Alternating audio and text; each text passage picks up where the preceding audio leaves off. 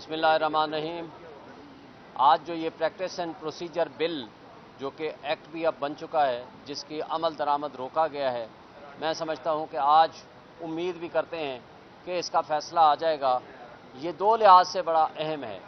एक तो ये कि इस केस की वजह से जो बहुत अहम तरीन मुकदमात हैं, जिसमें 90 डेज़ में अंदर इलेक्शंस जो कि supreme court bar association petition file कर चुकी है और जिसमें पाकिस्तान तहरीक इंसाफ पटिशन फाइल कर चुकी है, उसका फ़ैसला आना बड़ा ज़रूरी है, क्योंकि ये टाइम बाउंड केस है। एक केस ऐसा होता है कि जो 2 महीने बाद भी फ़ैसला हो जाएगा तो उसका एक इम्पैक्ट उतना ही होगा। इसका मसला ये है कि इसको 90 डेज़ के अंदर इलेक्शन का इनकाद जो है वो बहुत ज़रूरी है और उसके ऊपर सुप्रीम कोर्ट का फ़ैसला आना बहुत ज़रूरी है। इसलिए मैं समझता हूँ कि प्रैक्टिस एंड प्रोसीजर बिल के ऊपर फ़ैसला वो बहुत अहम है और प्रैक्टिस एंड प्रोसीजर बिल मुस्तकबिल के हवाले से भी बहुत अहम है कि क्या इसमें अपील का राइट रहेगा और क्या 50 साल पुराने मुकदमात भी इसके अंदर रीओपन हो सकते हैं या नहीं, इसका इतलाक़ रेट्रोस्पेक्टिव होगा या नहीं होगा, इसके बारे में भी फ़ैसला होना है।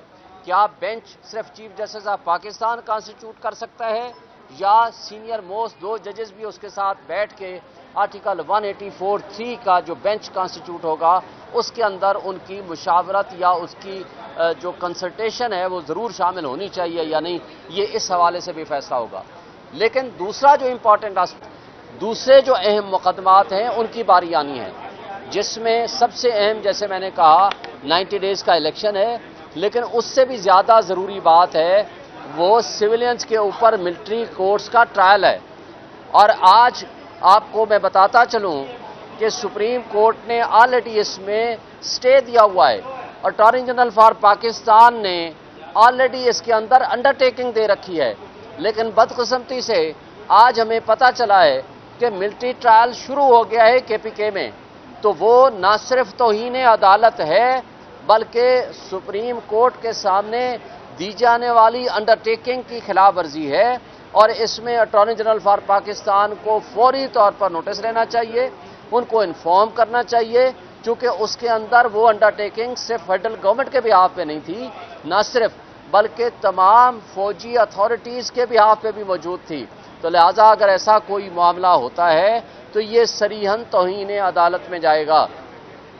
दूसरी बात, पाकिस्तान में आज जमहूरियत डिरेल हो चुकी है, पाकिस्तान का आइन प्रैक्टिकली मुअत्तल हो चुका है, पाकिस्तान में बुनियादी हुकूक मुअत्तल हो चुके हैं।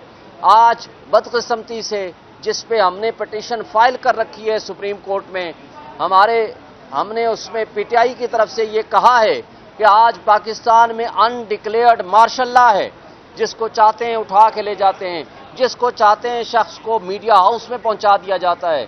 अगर किसी के खिलाफ कोई एलिगेशन है, कोई मुकदमा है, तो उसको अदालत में पेश किया जाए। लेकिन आप देखेंगे उस्मान डार को गिरफ्तार किया गया कराची से और वहाँ के home minister brigadier Haris Nawaz ने ये स्टेटमेंट दी है कि उसके खिलाफ वारंट ऑफ अरेस्ट था, उसकी बुनियाद पर हमने गिरफ्तार किया।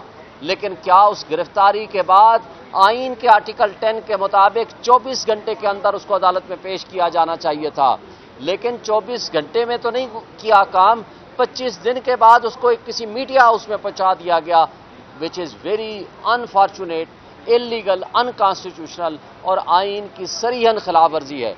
इसी तरह सदाकत अब्बासी को उठाया गया, उसको किसी अदालत में पेश नहीं किया गया, उससे बयान दिलवाने के लिए एक और मीडिया हाउस ले जाया गया और उस मीडिया हाउस ने वो उसकी प्रेस टॉक नहीं रिलीज़ की, तो फिर उसके दूसरे दिन घर ले जाया गया, घर में उसकी वीडियो बनाई गई, वीडियो मीडिया को दी गई और उसके बाद फिर वही डाले वाले उसको वापस ले गए और कहाँ ले गए उसका कोई पता नहीं। इसी तरह शेख रशीद के साथ जो लोग गिरफ्तार किडनैप हुए थे, शाकिर साहब नामी बंदा, वो वापस आ गया, लेकिन शेख रशीद का अभी नहीं पता वो कहाँ है।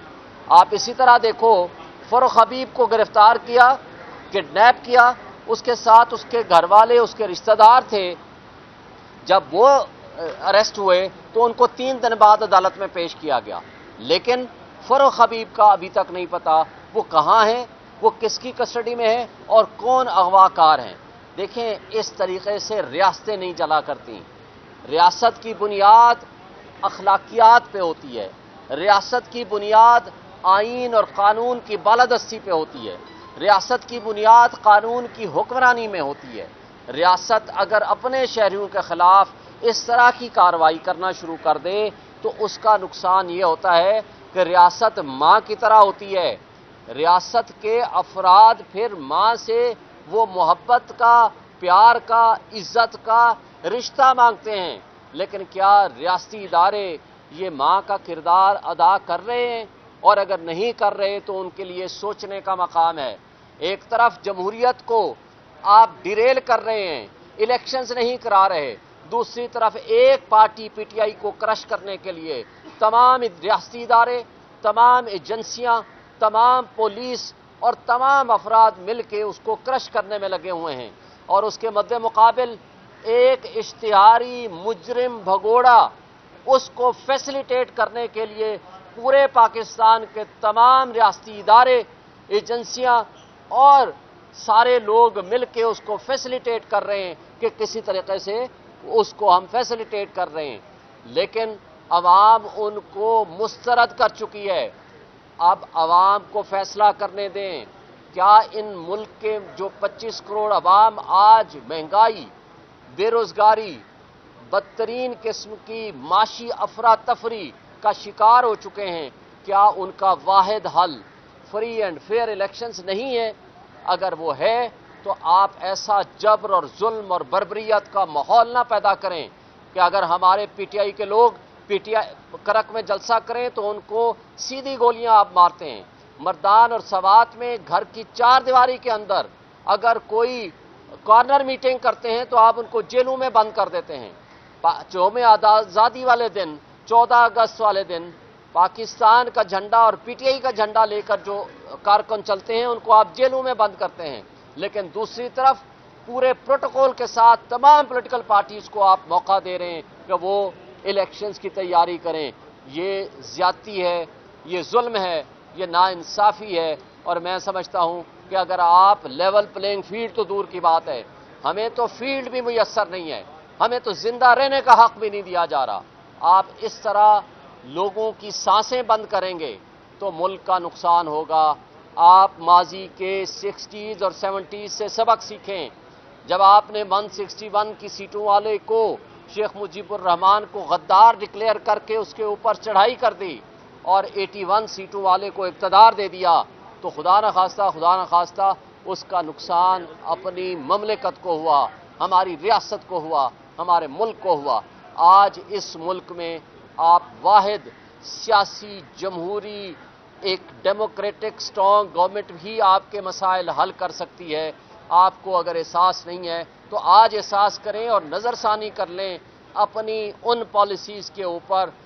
आज आप देखें, एशियन डेवलपमेंट बैंक की रिपोर्ट को देखें, जिन्होंने कहा कि आपके जो फ्री एंड फेयर इलेक्शन होंगे तो उससे सियासी इस्तेहकाम आएगा, 1/3 मसाइल उसी दिन आपके हल हो जाएंगे।